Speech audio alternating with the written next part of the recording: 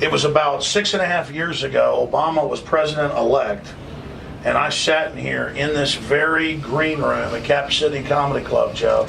That video's been seen about 40 million times now. That's ridiculous. Literally.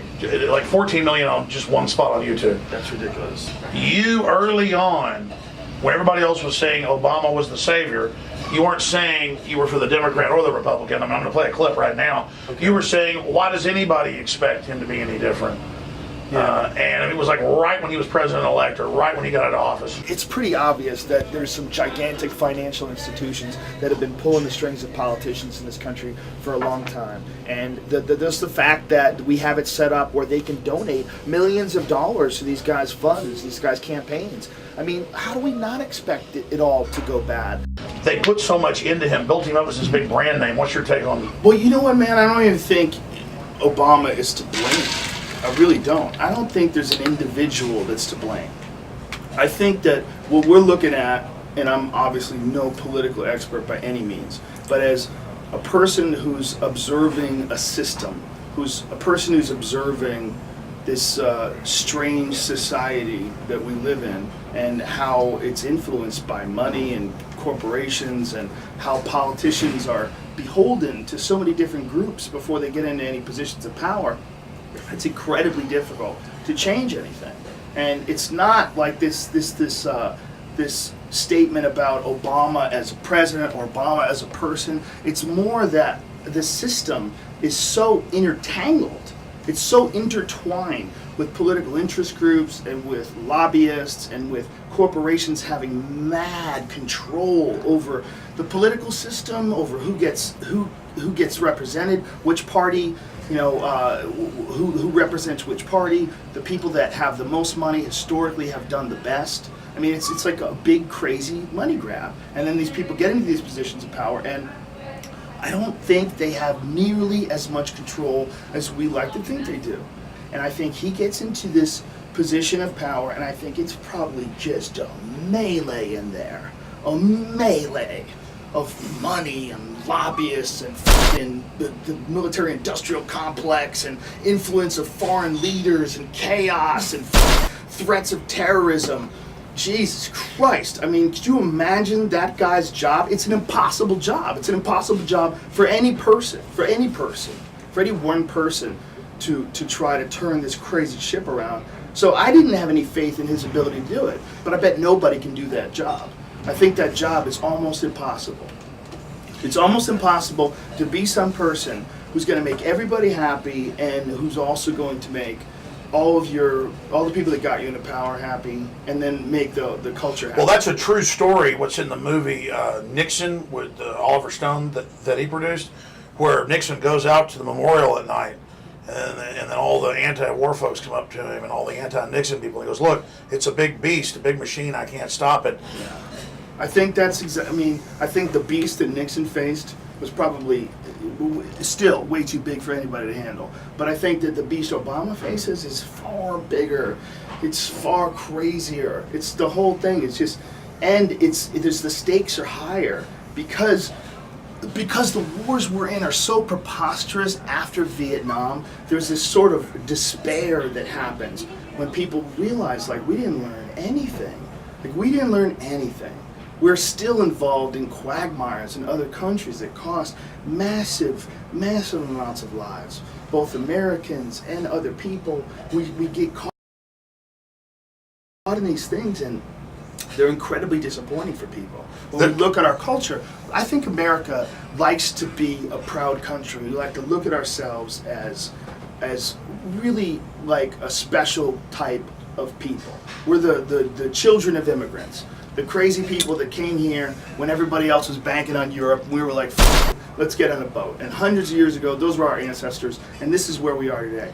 But if you look at our actions, it's depressing for people to look at the actions of their country and not totally be able to defend something that we've done militarily.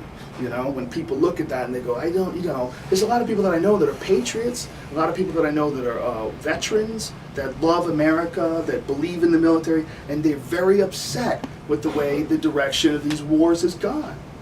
very upset with the image that it's given America worldwide.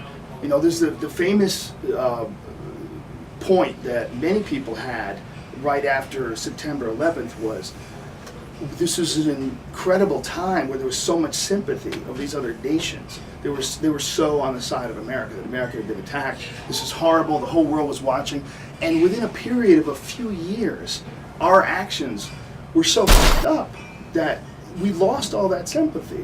There was this moment where America had this position of love, you know, where the whole world was like, hey, we're sorry that happened to you. And by the actions, the mistakes, the push, the pull, whatever it was that led us from September 11, 2001 to where we are in 2014, whatever it is that led us to that, it bums a lot of people out, you know? Where does your gut tell you the country's going? Because so many people, the metrics show towards some type of collapse, not just here, but worldwide. I know you personally have been moving towards getting off the grid some. Well, I think getting off the grid's a good idea just because the grid is goofy. You know, if you could figure out a way to make your own electricity and get your own water out of the ground, like why would you not do that? As long as you're testing your water and you know that your water is good, it just seems awesome. It just seems like a cool thing to be able to get your electricity from the sun. But I don't think necessarily civilization's going to collapse. I think people far smarter than me have engineered this thing. I just think that we're just in a weird period of life. But we're also in a weird period of information. It's a weird period of like the news, you know, like this Edward Snowden stuff, Glenn Greenwald, and the ability to distribute a big crazy story like that. It's completely shifted. It's not only like the New York Times. It's not only like a corporation. It's small individuals have this weird ability to do stuff like that now, like world-changing stuff. And it's almost like a pre-singularities. Mm-hmm. Yeah. Like smaller waves building up to bigger waves. Yeah.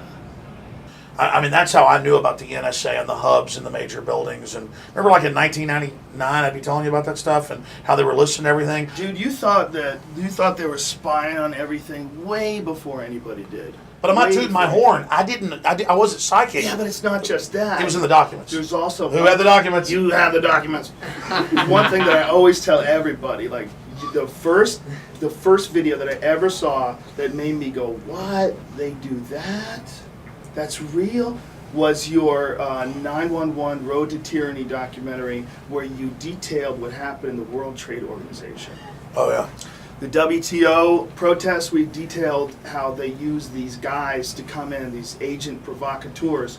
It was a peaceful protest. In order to make it non-peaceful, they have these guys come in with government-issue boots, ski masks, fuck everything up, smash things, and then they turn it into a war zone. So then the cops get to move in and arrest everybody. They made the whole thing a no protest zone. These guys, they'll get holed up in some house somewhere, right? And then the government paid for their house.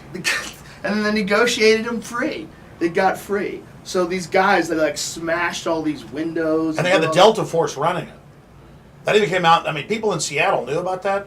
I was being called a conspiracy theorist just because I had the local newspapers from there. It sounds so crazy. If someone tells you that, you go, that's crazy. But then you find out that is actually a tactic that gets used to break up protests.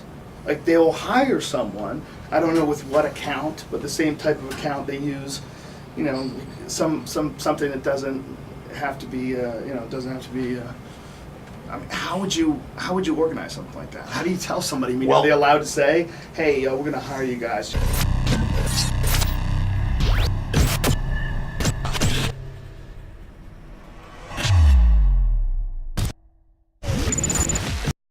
General, what do you think about the FBI saying that there's a terror alert on Monday about a potential Fort Hood situation? The police are shoving people, shoving Alex, shoving the crowd. Here we go, folks. I'm being assaulted. Whether it's the radio show, the news websites, documentary films, or the nightly news, Infowars is the tip of the spear. Is this another false flag stage attack to take our civil liberties and put more homeland security while sticking their hands down on the pants on the streets? It's up to us to set brush fires in the minds of men and women everywhere. And that's what PrisonPlanet.tv is designed to do. You watch, the Assad regime is going to be blamed or accused of using chemical weapons against the so-called rebels. What we see now is a war against reality. It's a war against the truth. It's more vital than ever that supporters of freedom become members of PrisonPlanet.tv and share their membership with up to 11 friends and family. Visit InfoWarsNews.com today. Become a member, share your membership, and help take the InfoWar to the next level.